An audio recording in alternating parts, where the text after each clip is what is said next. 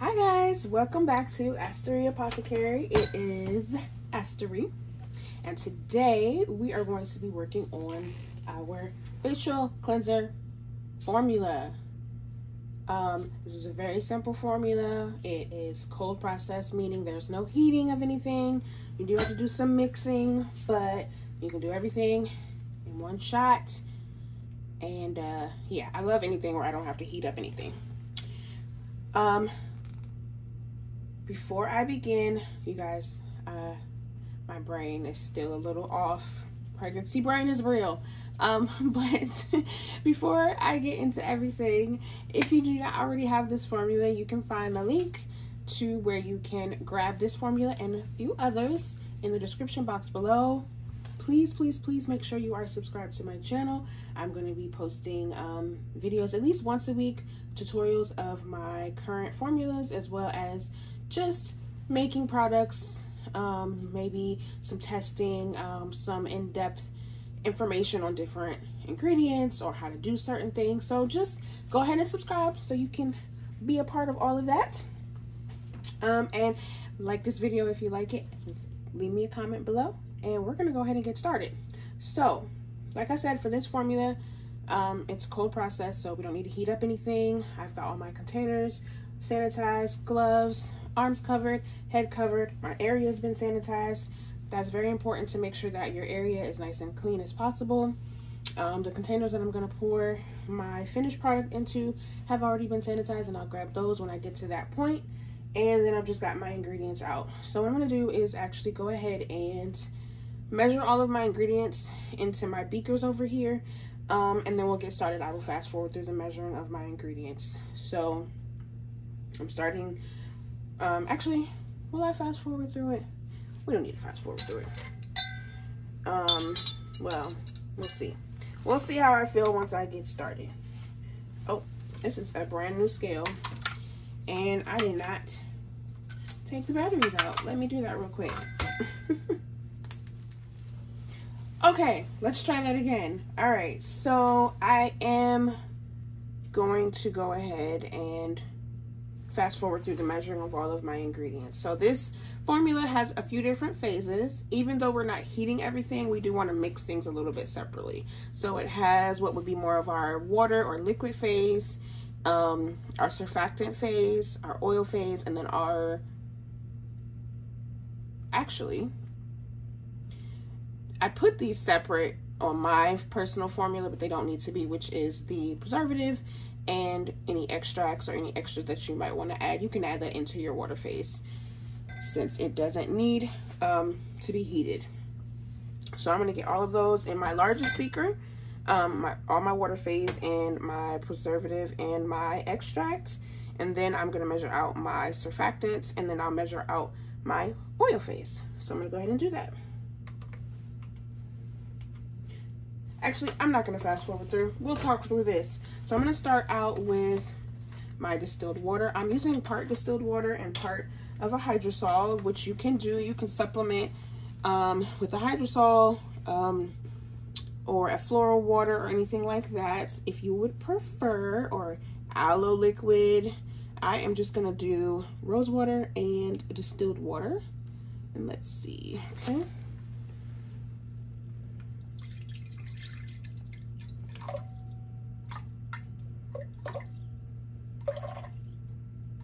And I will link this scale in the description box.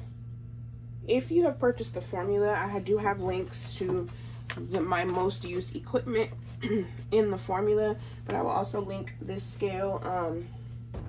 This one actually goes, let's see, to 1,000th of the decimal point beyond the ounces, or however that goes. Look, math is not my favorite subject, okay?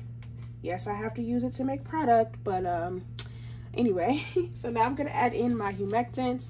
I am using two different humectants. I'm going to use glycerin and propendial. I don't know how to say this. I always pronounce it wrong, but propendial. I like to mix it up a little bit.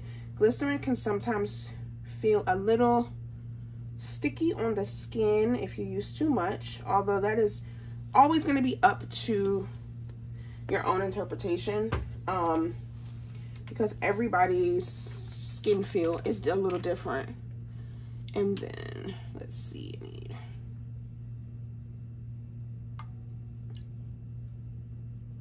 and you can use a pipette. You can measure each ingredient separately and add it into your main beaker, especially if you're not confident with pouring. That's what I would recommend. That way you don't go over, especially depending on which ingredient you're using, like your preservative. I'm gonna actually probably measure my preservative. No, I'll add it in.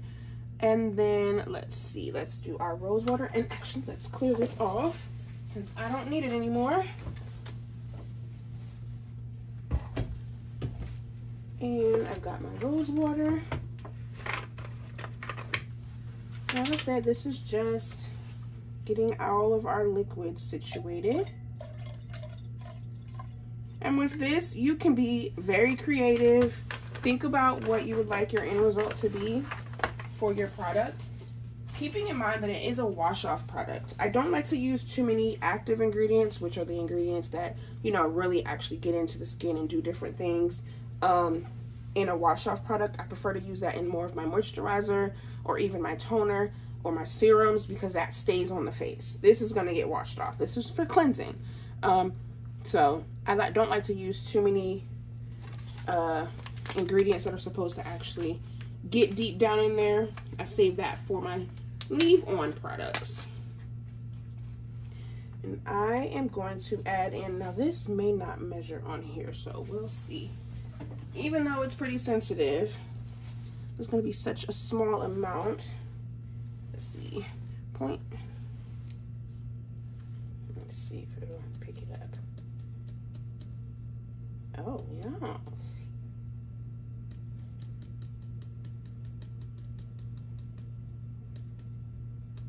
I am adding in an extra ingredient. You can choose to add in this or not, but this is an ingredient that will help. This is a chelator. They say that different ways too. This will help to boost the preservative, help the preservative work even better. Again, that's one of those, you don't have to add it, but I like to add it into my face products, especially if I'm using any botanicals. I like to add it in just to make sure that the preservative doesn't have to work extra hard. It helps to bind the metals and extra nasties that can be in your water or in your products, and keep it away from causing issues. So I'm gonna go ahead and add in my preservative as well.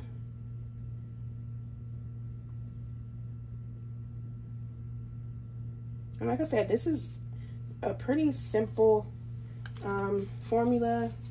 Doesn't take too much time. I'm gonna go ahead and add in my extract, which I'm using chamomile extract this time, just for something gentle. And where are my pipettes? I thought I was prepared, but not 100%. Okay. And again, you can get creative with your extracts. You can choose all sorts of different types, depending on what you are going for.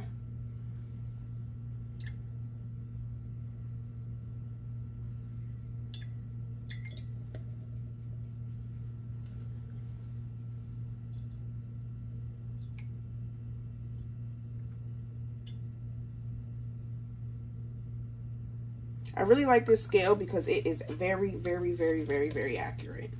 I have there's two different ones. They're the same company, but there's one that goes a little bit further past the decimal than the other. This one is the one that I prefer. All right, so I've got all of that mixed in, and I'm going to stir to blend in that chelator, which I'm using sodium phytate. You could also use EDTA, which you'll see in a lot of skincare or a lot of products in general.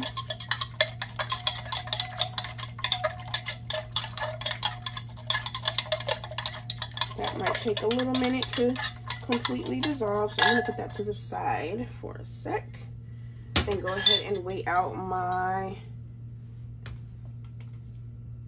surfactants. I am using 2 surfactants. I'm using Foaming Apple, which is a very gentle, low foaming surfactant. It is anionic, and it is my favorite for face cleansers, for the gentle body wash, which can also, well, the gentle wash, which can also be used as a feminine wash. It's just very, very gentle. Baby wash, all of that. So I've got that, and then my secondary surfactant is going to be a little teeny bit of cocoa glucoside, which is a non-ionic surfactant, and I will put information about both of those on the video somewhere so that you get a little bit more information about what those are. This one has a little bit of a higher pH, so you definitely have to check your final pH so that it is not too high. We want this to be about a 5 to a 5.5, which we will check the pH once everything is mixed and ready for us to do so. All right, I'm gonna move that out of the way and mix that up gently so I don't create a lot of bubbles.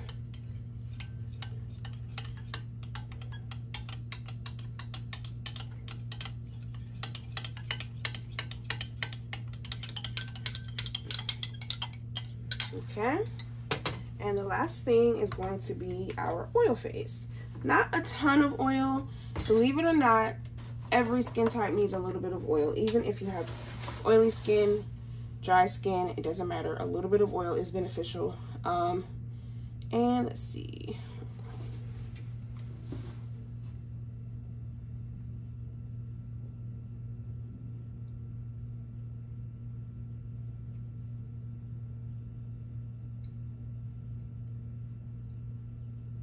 I am making a mess. There we go. There we go. All right. Okay. So I've got my oil, and I'm going to add in what is going to be my thickening agent. In the formula, I have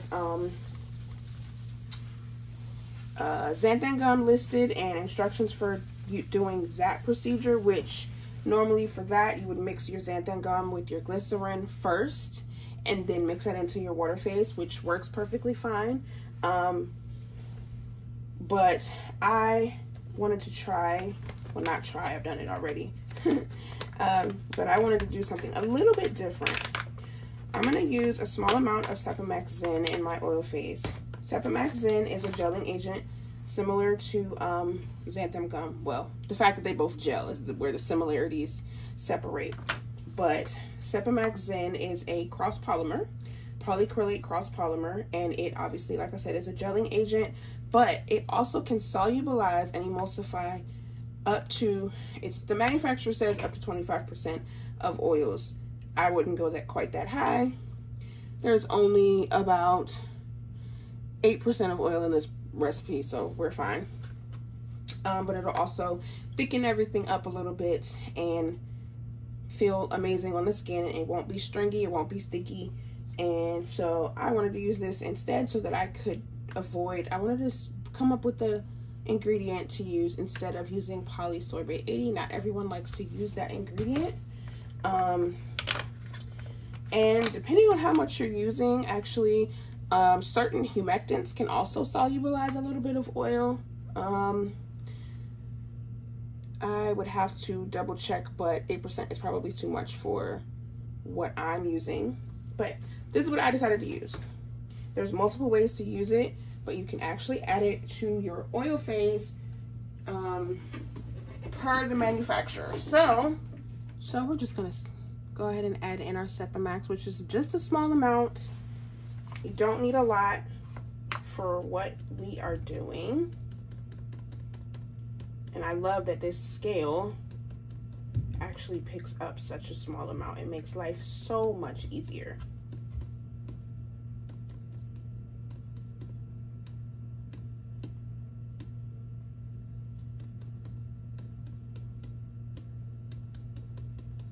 Now this does need to hydrate, so once I mix it with my oils and mix it with everything else, I'm gonna put the entire thing to the side and let it blend together. It actually doesn't take long with the Sepamax Zen. That's the other thing that I like.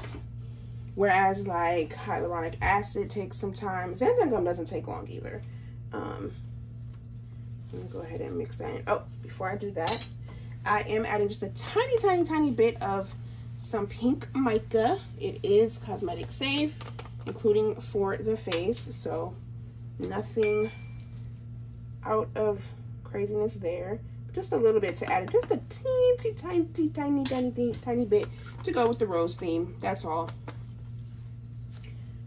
And I'm gonna mix all of those together.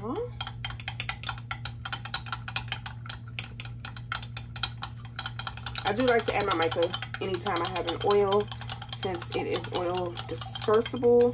It's not oil soluble. It doesn't completely go away, but it disperses better in oil than water. So I like to add any mica to my oils. Okay, those are all of the phases completed. I'm gonna mix this, make sure that sodium phytate is completely dissolved, and it looks like it is.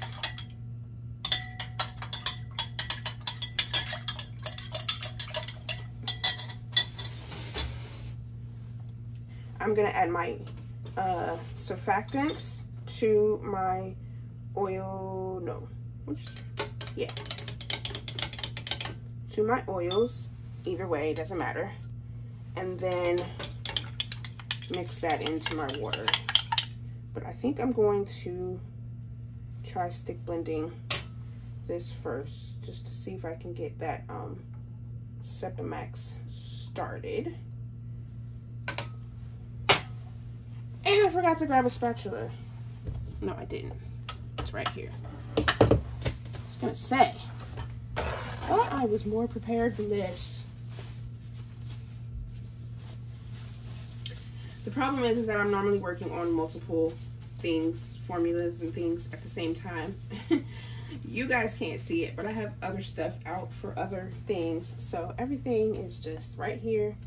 And sometimes I can't remember what I grabbed for what, because everything needs to be clean and sanitized for each formula. That's why you can go crazy buying equipment and bowls and beakers and spoons and spatulas, because the more you have, the more you can do at one time. You sanitize everything at once, but that also means more dishes in the long run. All right, so this is not gonna mix completely together right now.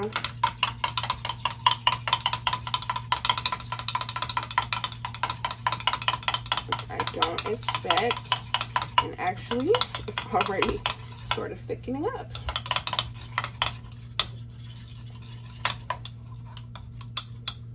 Again, this would be a little bit different using the xanthan gum. It would have already been added to the water and been thickened. And then you would just mix it together. You still need to use your stick blender to emulsify everything together, since you're using oils and water. So it is going to introduce, some, uh-oh, you know what? Oh, I'm lucky. Just barely. It is going to introduce some bubbles, but again, it's going to sit for a few minutes while it all hydrates, so I don't mind the bubbles. So I'm going to hit this with the stick blender.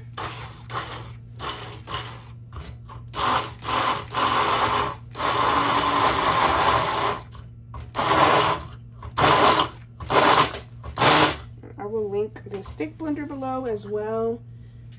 Just got this from Amazon and I really like it.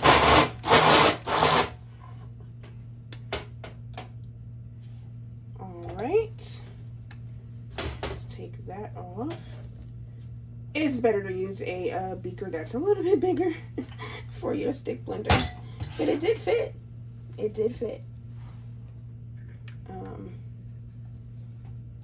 Go ahead and scrape this out, and I'm gonna mix this all in with the water, blend it, and then let it sit. And I will bring you back when that is complete, and then we'll bottle. And guess what? We're done. Well, no, we're not. I'm sorry. I am tripping. We still need to adjust the pH. That is very important. So actually, we will let this sit, and then I will get everything out to adjust the pH and to bottle.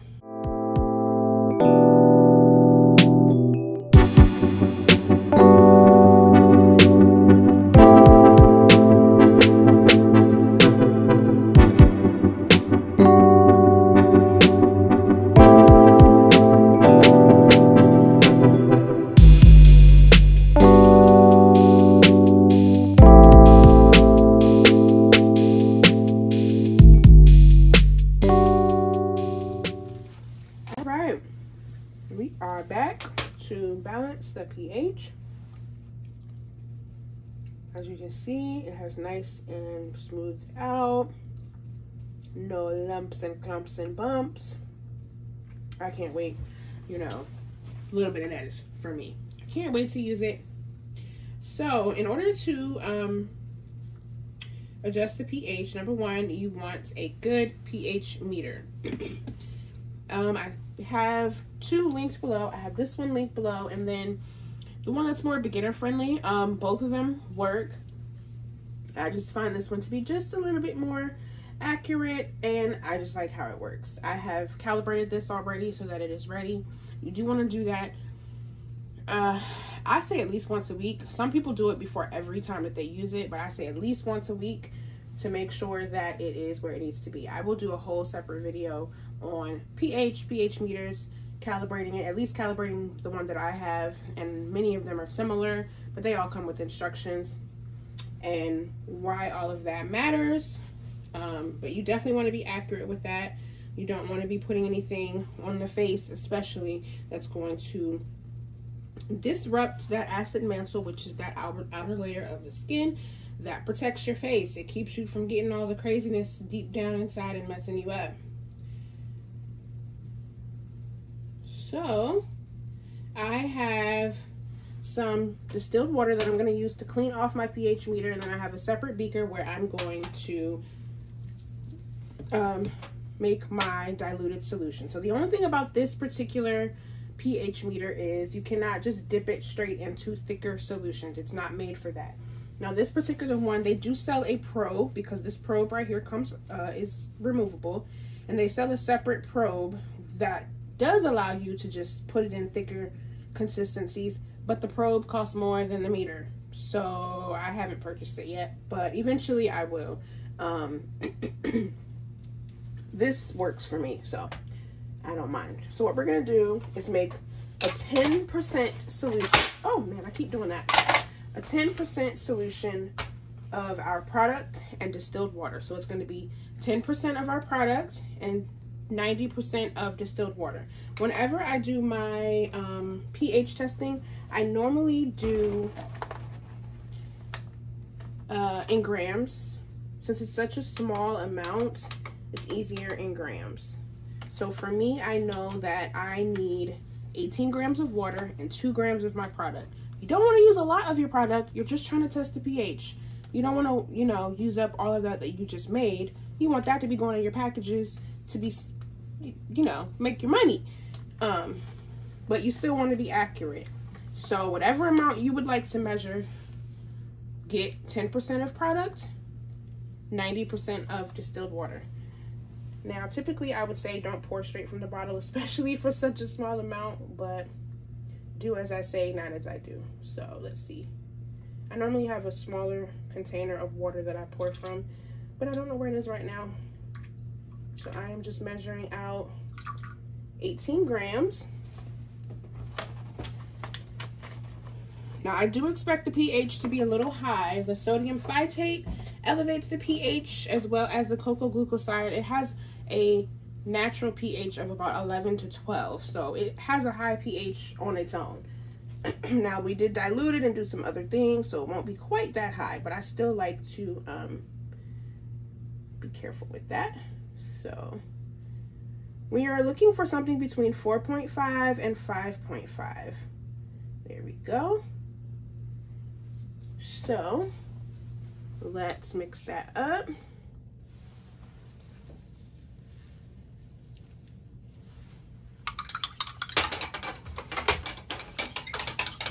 Now with my pH meter, what I have to do is turn it on. Get this all mixed. You also want to make sure that you're using distilled water. Distilled water is naturally at about a 7, and it generally doesn't affect the reading of what this actually is. So this particular pH meter, it has a solution that it wants you to leave the probe sitting in. A little bit comes with the pH meter. I bought separate. Again, all of that is linked in the formula, as well as I believe I have it linked below. But with this one, so I'm going to take this off and put this to the side. I'll put that back in there once I'm finished. My first step is to rinse this off, so we get a nice fresh reading. And then I just tap it a little bit. We're going to turn it on. And then press measure and put it in the product. And you want to kind of spin it around a little bit. This particular meter, you can kind of mix it a little bit and then leave it in there. And this particular meter, you can't see it because it's dark.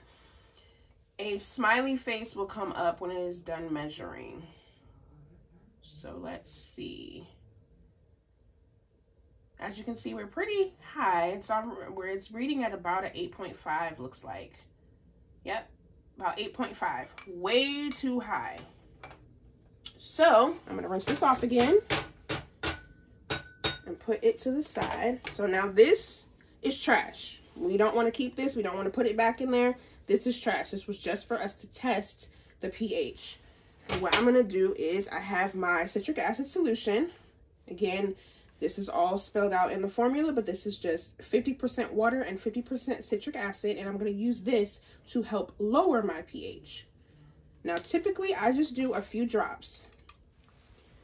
I know what size batch this is. I know how much I put in here. So what I like to do, I always print out my formulas. So what I like to do is I'm going to start with 5 drops, okay?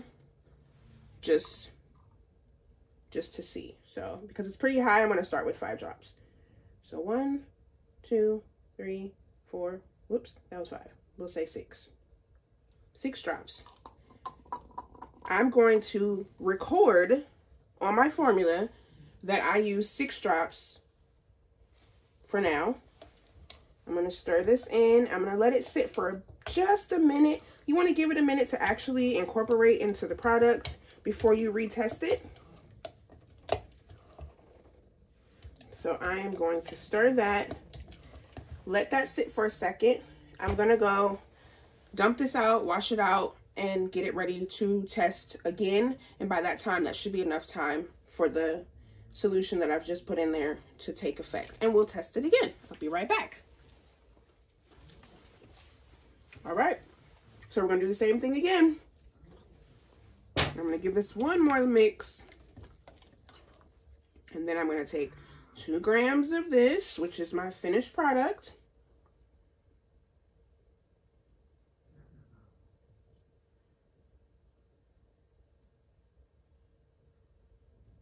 Doesn't take much. Ah, there we go. Making a mess. Let's get that off of there. Oh, look at that. That is exactly 2 grams once I took off the overage. And then 18 grams of distilled water. Once again, same process. This can get a little tedious. This is why I recommend writing down. Let me measure this because I can't talk and measure at the same time.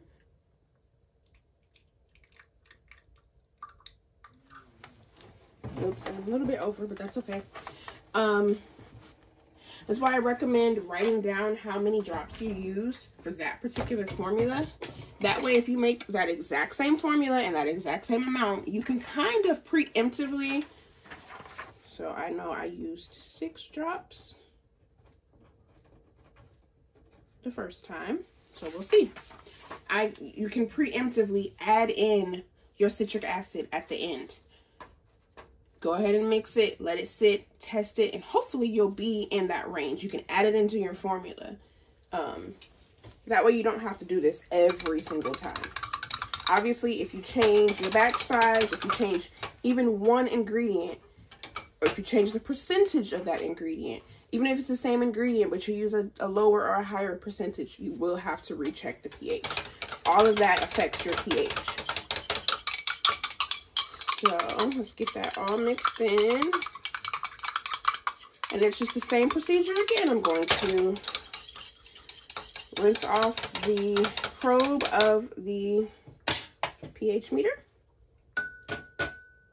Although since I rinsed it off when I was done the last time, I probably don't need to do it again.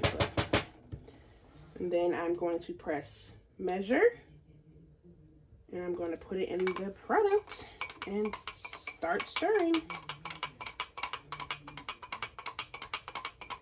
And it doesn't look like it brought it down that much. So the 50-50 solution doesn't drop it significantly, which is what you want. You don't want it to move too fast. So this says we are at about an 8.4.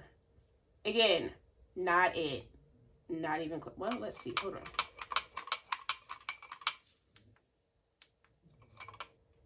Yeah, about an 8.45. So I'm actually going to go ahead and add a bit more.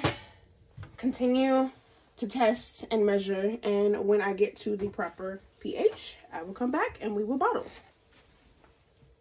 All right, we are back. We've gotten the formula up to about a 4.5, which is perfect. It took 3 different times adding in some of the buffer solution, which is what this is. Again, 50% citric acid, 50% water. And I wrote that down. So next time when I make this, if I make the same batch size, which I generally make about this size right now, I'll know where to start. And even if I go up some, I will still test. You know, I'll maybe start with the amount multiplied times how much I'm making, or we'll see. But I always test the first time I make a new batch size, just to be on the safe side. So I'm going to be a little optimistic and see if this will let me pour it straight out of here without a funnel. I really don't want to work with the funnel. It is fluid, but sometimes getting it through that funnel tube is a little difficult.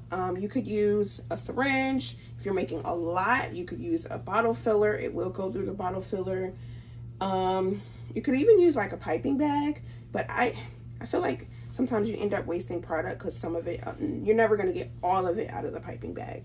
But sometimes I will do that depending on what's going on. For just a couple of bottles, it's not that big of a deal. But when you've got a huge order, do whatever's the fastest for you. So I've just got a paper towel in case I spill something. I've got my bottle. I've teared out my scale. As a business, you have to weigh in the United States. Let me always clarify that. You have to weigh every single product. It's not about the size of the jar or the bottle. It is about what is in the bottle. That is what is required to be on your label for this product by weight and then by grams. So you have to put the ounces and the grams on your label. So you want to weigh every single one. Yes. You can't just say, oh, this is a 2-ounce jar, so it's 2 ounces of product, because it won't be. It'll probably be less than that, depending on the thickness of your product and a few other factors. So anyway, enough of that rant. That's another video for another day. Because this has already set, I'm not worried too much about bubbles, but if you say you did all your citric acid at once, you're confident with your pH, so you don't really need to let it sit before you check it, and you just mixed it, it might have some bubbles and foam. Let it sit for a little bit to get all of that out. Otherwise, your first few bottles will just be foam, and it won't actually be a lot of product. It'll be a lot of air. So basically, you don't want to be giving your customers mostly air. You want to give them product. So we're going to try it. Oops. So this should be about 2 ounces, but we'll see. Okay. We might be all right. Oh, you know what? I am still on grams on the scale, so let me switch to ounces. There we go.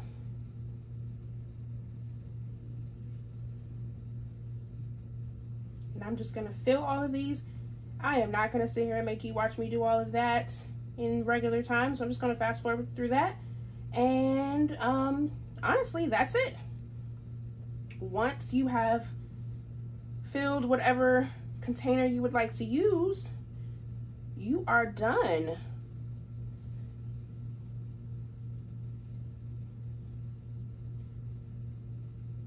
You can, of course, then add your labels and be ready to ship to your customers.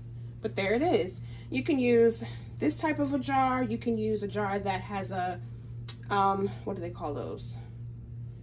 Oh, I can't think of the type of lids that they are, but they're actually a pump. I'm actually going to switch to the pumps. I like those better.